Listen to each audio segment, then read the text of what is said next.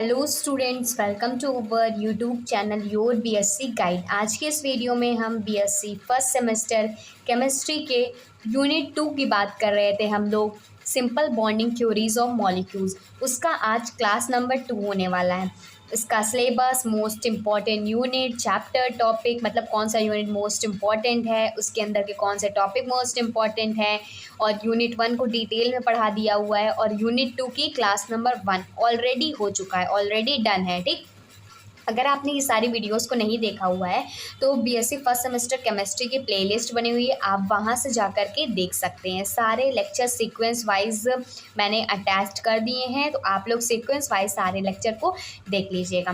बाकी मैंने आप लोगों को कहा था कि आप अगर मेरी सारे टिप्स और ट्रिक्स को फॉलो करते हैं, जो मैं बताती हूँ फॉलो करते हैं, तो आपके डेफिनेटली अच्छे मार्क्स आएंगे। आज की वीडियो में हम लोग अबाउट प्रिंसिपल के बारे में पढ़ेंगे। पिछली की जो वीडियो था काफ़ी ज़्यादा इम्पॉर्टेंट और काफ़ी ज़्यादा बेसिक वीडियो था। अगर आपने वो वीडियो देखा है तो आगे की जितनी भी वीडियो आने वाली हैं उसको आप लोग अच्छे से कर लेंगे, क्योंकि उसमें ऑर्बिटल्स वगैरह, sp ऑर्बिटल, p ऑर्बिटल, जब हाइब्रिडाइजेशन हम लोग पढ़ेंगे ना, इसका बहुत ही ज़्यादा यूज़ होने वाला है। और बाकी मैंने आप लोगों को इसके मोस्ट इम्पॉर्टेंट यूनिट भी बता दिया है, कौन सा टॉपिक भी बता दिया है, तो आप लोग ज़रूर देख लीजिएगा।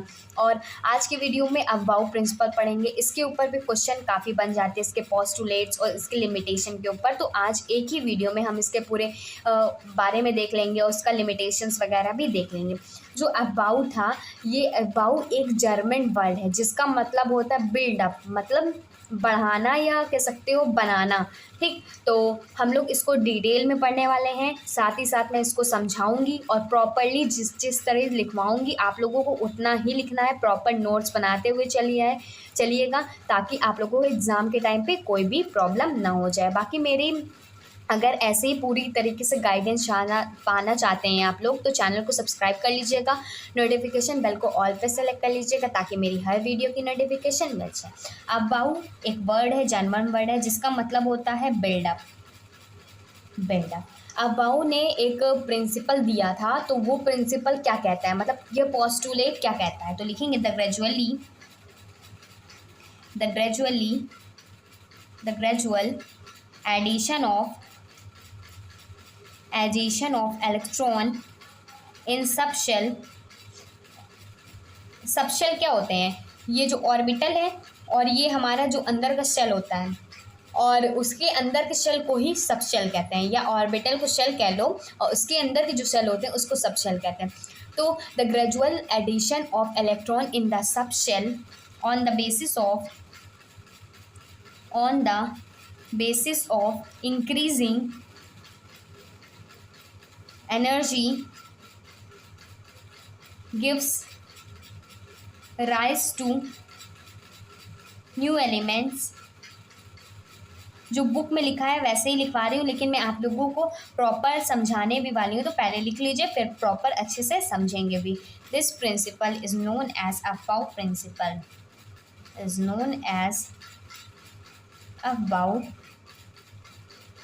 प्रिंसिपल। देखिए, अबाउट एक जर्मन वर्ड है जिसका मतलब होता है बिल्डअप, तो मतलब बढ़ाना। तो the gradual addition of electron मतलब धीरे धीरे इलेक्ट्रॉन का बढ़ाना, एडिशन मतलब ऐड होना electron, in the subshell, subshell में एडिशन होना इलेक्ट्रॉन का, किस बेसिस पे, on the basis of increasing energy. मतलब एनर्जी धीरे धीरे जैसे इंक्रीज होते जा रही है वैसे इलेक्ट्रॉन भी धीरे धीरे बढ़ते जा रहे हैं। Give rise to new element, वो एक नया तरह का एलिमेंट प्रोवाइड करते हैं। जैसे एनर्जी हमारी यहाँ थी, धीरे धीरे धीरे धीरे बढ़ती गई और यहाँ पर आ गया, तो ये हमारा एक नया एलिमेंट प्रोवाइड करेगा। दिस प्रिंसिपल, यही जो प्रिंसिपल था वो अबाउट का प्रिंसिपल था।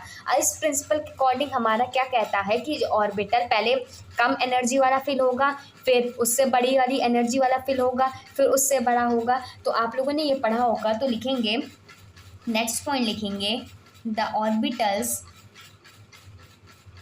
आर फिल्ड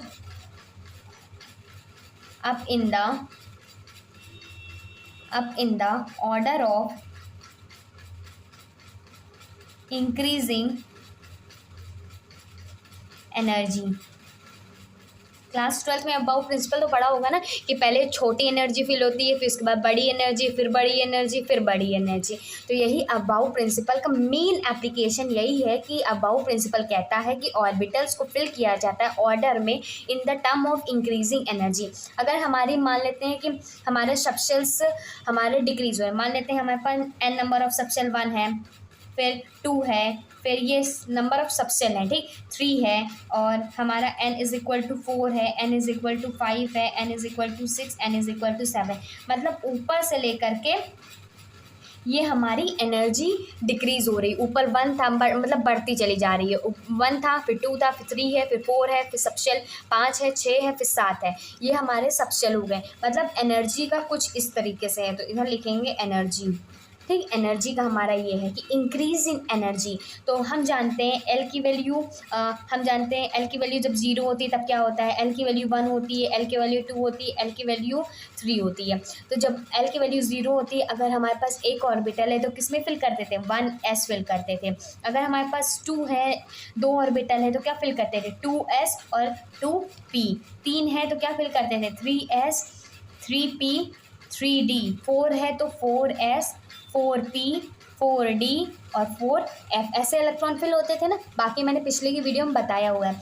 5th है तो 5s 5p 5d 5f, और फिर उसके बाद 6x 6p 6d 7s, बस इतने इलेक्ट्रॉन्स इसमें फिल होते थे। अब अबाउ का प्रिंसिपल क्या कहता है, कहता है कि वो हमारे ऑर्बिटल उसी हिसाब से बढ़ेंगे जिस हिसाब से एनर्जी होगी। सबसे पहले जो हमारे पास ऑर्बिटल किस में आएगा, मतलब इलेक्ट्रॉन किस में फिल किया जाएगा, सबसे पहले 1 में हमारा इलेक्ट्रॉन फिल होगा, फिर उसके बाद किस में फिल होगा, फिर 2 में फिल होगा, फिर उसके बाद 2 के बाद फिर 2p 3s में होगा। ऐसे ही हमारा चला जाएगा। सबसे पहले इलेक्ट्रॉन 1s में फिल हो जाएंगे, फिर उसके बाद इधर से जाने के बाद फिर हमारे पास इलेक्ट्रॉन 2s में फिल होंगे, फिर ये ऐसे जाएगा, फिर 2p में फिल होंगे, फिर 3s में फिल होंगे, फिर कैसे फिल होंगे, फिर ये हमारा जाएगा इधर से 3p 3s में होगा, 3p 3s के बाद 3d 4p 5s में होगा, फिर उसके बाद 4d 5p 6x में होगा, फिर उसके बाद 4f 5d 6p 7s में होगा, फिर उसके बाद हमारा 5f और 6d में। ऐसे हमारे ऑर्बिटल्स फिल किए जाएंगे।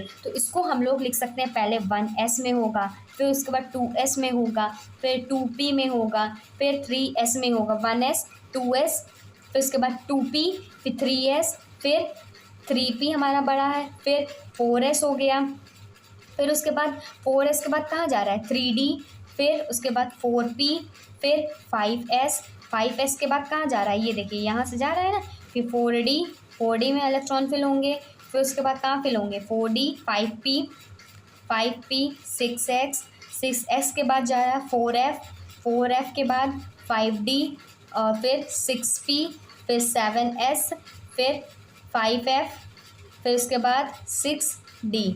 ठीक, ऐसे ही हमारे पास इलेक्ट्रॉन फिल होंगे। यही अबाउ का प्रिंसिपल कहते हैं। पहले लोअर एनर्जी वाला फिल होगा, फिर अपर एनर्जी वाला फिल होगा, ऐसे ही हमारा ये फिल होता चला जाएगा। ठीक, इसमें एक n+l रूल लगता है, जिसमें n जो होता है प्रिंसिपल क्वांटम नंबर होता है, और l जो होता है एज़ोम्यूथल क्वांटम नंबर है, जो कि ये बात कर रहे हैं l की। तो इसी के थ्रू हम लोग ने, मतलब अबाउ ने कुछ ऐसे स्टेटमेंट कहे थे, उसको ध्यान में दे लीजिए। पहले अगर एक बार में नहीं समझ में आता, आप वीडियो को रिपीट करके देख लीजिए। देखिए, एक बार फिर से समझा देते हैं। अबाउ प्रिंसिपल हम लोग पढ़ने जा रहे थे। अबाउ का मतलब होता है बिल्डअप। अबाउ प्रिंसिपल कहता है कि इलेक्ट्रॉन का धीरे धीरे फिल होना सबशेल पे किस बेसिस पे बिलोंग करता है, मतलब कौन से बेसिस पे है कि हमारी जो एनर्जी है वो धीरे धीरे बढ़ती चली जा रही है और न्यू एलिमेंट हमें मिलता चला जा रहा है। ठीक, यही होता है। और एक अलग तरीके से कहा जाए कि मतलब ऑर्बिटल्स हमारे फिल होंगे जब ऑर्डर ऑफ इंक्रीजिंग ऑर्डर हमारा कह रहा है इंक्रीजिंग एनर्जी के बेसिस पे होगा। अगर मान लेते हैं n की वैल्यू 1 है, n से लेकर के 1 से लेकर के 7 तक, मतलब यहाँ से लेकर के एनर्जी कुछ ऐसे बढ़ रही है। तो सबसे पहले अगर L0, L1 और L2, L3 एज़ोम्यूथल क्वांटम नंबर लिख दिया जाए, तो हम जानते हैं 1 में 1s होता है, 2 में 2s 2p होता है, 3 ऑर्बिट है 3s 3p 3d होता है, पिछले की वीडियो में बताया है। 4 में है 4s 4p 4d 4f होता है, 5 में ऐसे होता है, 6 में ये होता है, 7 में 6s होता है। और मतलब अब एनर्जी कैसे फिल होगी, अगर हमें कोई एलिमेंट दे दिया गया तो उसका एनर्जी कैसे लिखना है। मान लीजिए उसका हमारे पास मान लेते हैं कैल्शियम ही मान लेते हैं, Ca मान लेते हैं, उसका एटॉमिक नंबर कितना होता है 20 होता है। तो हम जानते हैं S में 2 इलेक्ट्रॉन फिल किए जाते हैं, तो 1s2 हो जाएगा इसकी लिखा जाएगा। और फिर उसके बाद 2s के बाद इसमें आ जाएगा 2s आ जाएगा, 2s2 लिखा जाएगा। फिर उसके बाद क्या आ जाएगा 2p, 2p में कितने फिल होते हैं, p में 6 इलेक्ट्रॉन फिल होते हैं, s में 2 इलेक्ट्रॉन फिल होते हैं, p में 6 इलेक्ट्रॉन फिल होते हैं, पिछले की वीडियो में बता दिया है। तो पहले 1s फिर 2s फिर 2p फिर 3s फिर 3p 4s, फिर ऐसे ही चलता चला जाएगा, ऐसे ही ये हमारा फिल होता चला जाएगा। बाकी मैं आप लोगों को और डिटेल में आगे बताती हूँ। देखिए यहाँ पर आप लोगों को समझाती हूँ। इसमें एक n+l रूल लगता है। क्या लगता है, n+l रूल लगता है। जो हमारा n होता है वो होता है principal quantum number, principal quantum number, और l जो होता है हमारा वो होता है azimuthal quantum number, quantum number. ठीक, ये हमारा होता है। अब ये क्या कहता है, ये कहता है कि अगर हमारा न्यू इलेक्ट्रॉन किसी भी ऑर्बिट में इंटर कर रहा है तो वहाँ पर n+l की वैल्यू कम होनी चाहिए। जैसे कि ये पहला स्टेटमेंट लिख लेते हैं, when the new electron will enter in that orbital where n+l has a minimum value. जैसे कि एग्जांपल ले लेते हैं हम, ऑक्सीजन का ले लेते हैं। यहाँ पर इसका एटॉमिक नंबर कितना होता है, 8 होता है। तो हम लोग यहाँ से 8 पहले जोड़ते हैं, तो इसका हम लोग क्या लिख सकते हैं, 1s2 फिर 2s2 फिर 2p, इसमें 6 इलेक्ट्रॉन फिल किए जाते हैं, 2 2 4 4 तो हो गए, बचे कितने 4। तो यहाँ पर सिर्फ 4 ही इलेक्ट्रॉन फिल किए जाएंगे, क्योंकि हम जानते हैं कि इसमें 2 इलेक्ट्रॉन फिल कर सकते हैं। फिर इसमें 2 इलेक्ट्रॉन फिल कर दिया, लेकिन 8 है ना एटॉमिक नंबर, टोटल 8 इलेक्ट्रॉन होने भी चाहिए। तो जहाँ पर इसमें कह रहा है द न्यू इलेक्ट्रॉन, जो नया इलेक्ट्रॉन होगा, will inter in that orbital, उस ऑर्बिटल में फिल किया जाएगा जहाँ पर n+l की वैल्यू मिनिमम वैल्यू होगी। ठीक, अगर हम बात करें 1s की, तो 1s में n+l की वैल्यू निकालते हैं। हम जानते हैं n की वैल्यू मतलब 1 जो है n की वैल्यू हो गया, और s का l कितना होता है, s का l कितना होता है मैंने बताया है, s का जो l होता है वो 0 होता है, मतलब हमारा इसमें 1 आया, तो मतलब n+l की वैल्यू यहाँ पर 1 आई। अगर हम 2s की बात करें तो n+l की वैल्यू कितना आएगा, 2 हो गया ये, और s में कितना होता है 0, तो यहाँ पर 2 हो जाएगा। अगर हम 2p की बात करें तो n+l कितना हो जाएगा, 2 + 1, ये हमारा 3 हो जाएगा। तो इसी तरीके से हमारा ये n+l रूल काम करता है। इसमें एक पॉइंट और है, नेक्स्ट पॉइंट देखिए, for the same value of n+l, अगर n+l की वैल्यू सेम हो जाती है तो फॉर 2 ऑर्बिटल्स के लिए the orbital with lower value of n will be lower in energy। इसमें कह रहा है अगर हमारे n+l की वैल्यू देखिए 1 है 2 है 3 है, तो पहले हमारा कम एनर्जी वाला फिल होगा, फिर ये वाला, फिर ये वाला। अगर मान लीजिए किसी के लिए हमारी n+l की वैल्यू सेम हो जाती है किसी भी 2 ऑर्बिटल के लिए, तो जो ऑर्बिटल हमारा होगा with lower value of n, जिसका n सबसे ज़्यादा कम होगा, n+l नहीं, जिसका n सबसे मतलब ऑर्बिट जिसका कम होगा वो हमारा लोअर इन एनर्जी में आएगा। जैसे कि हमने अभी आप लोगों को एग्जाम्पल बताया था कैल्शियम का, जिसका होता है 20 एटॉमिक नंबर।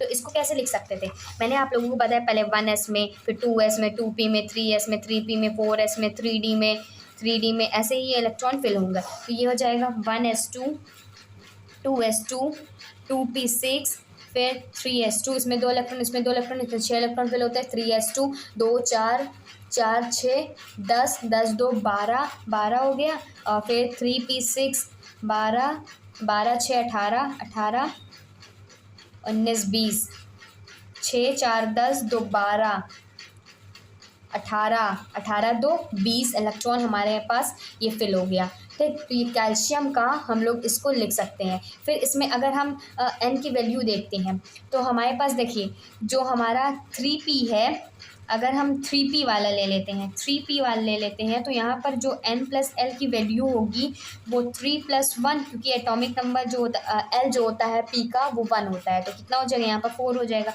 अगर हम 4s की बात करें तो ये हो जाएगा 3+1, क्योंकि 4+0 हो जाएगा। 4 इसका होता है, s इसका 0 होता है, तो ये हो जाएगा 4। मतलब n+l की वैल्यू सेम है तो क्या होगा, जिसका सेम होता है the orbital with lower value of n, जिसका वैल्यू कम होगा, लोअर वैल्यू होगी जिसकी n की, वो लोअर इन एनर्जी का होगा। मतलब इसको हम पहले फिल करेंगे। इधर देखिए ये 1s रखे थे, फिर 2s रखा था, फिर 2p रखे थे, फिर 3s रखा था, फिर 3p और 4s। तो हमने ये देखा कि हमारे पास जिस लोअर एनर्जी है वो पहले फिल होगी, फिर उसके बाद में एनर्जी फिल होगी। तो जिसका ऑर्बिटल वाली वैल्यू n की वैल्यू कम होगा तो वो लोअर एनर्जी में आया। तो यही अबाउ प्रिंसिपल ने भी यही चीज़ बताया था।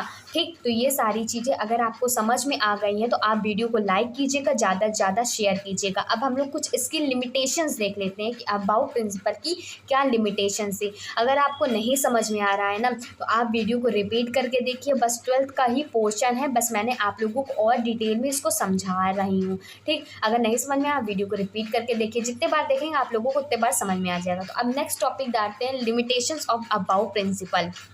तो नेक्स्ट हेडिंग डालते हैं limitations of aufbau principle. Aufbau principle की लिमिटेशन की बात करते हैं। तो जो अबाउ प्रिंसिपल कुछ ट्रांजिशन एलिमेंट के बारे में ये नहीं दे पा रहा था, मतलब जो हमने ये लिखा हुआ है इसके बारे में ये नहीं बता पा रहा था कि कौन सा एलिमेंट पहले होगा, कौन सा एलिमेंट बाद में होगा। तो अबाउ प्रिंसिपल उसके बारे में एग्री नहीं कर पा रहा था। This principle does not agree with some of the transition elements के बारे में ये हमारा लिख नहीं पा रहा था। जैसे कि ट्रांजिशन एलिमेंट्स क्या हो गया, क्रोमियम हो गया जिसका एटॉमिक नंबर 24 होता है, Ag हो गया जिसका 47 होता है, कॉपर हो गया 29 हो गया। ऐसे ही हमारे पास और भी एलिमेंट्स आए जिसके बारे में अबाउ प्रिंसिपल ने हमारे पास नहीं बताया, क्योंकि अबाउ प्रिंसिपल कहता है जो छोटा वाला एनर्जी हो पहले फिल होगा। लेकिन कुछ ऐसे केसेस बन गए कि इसमें, जैसे कि मान लीजिए इसमें है, तो अगर इसमें मान लीजिए 4s वाला पहले फिल हो गया, फिर उसके बाद 3d वाला मान लीजिए पहले फिल हो गया, फिर उसके बाद 4s वाला फिल हुआ, तो ऐसे हो गया कुछ केसेस। तो इसमें अगर हम देख लेते हैं क्रोमियम का ही देख लेते हैं। क्रोमियम का क्या होता है, क्रोमियम को होता है 24, इसका लिखा जाएगा तो ये 1s2 2s2 2p6 होता है और 3s2 और 3p6 होता है। फिर इसके बाद देखिए 1s2 2s2 2p हो गया, 2p6 हो गया, 3s2 हो गया, 3p6 हो गया।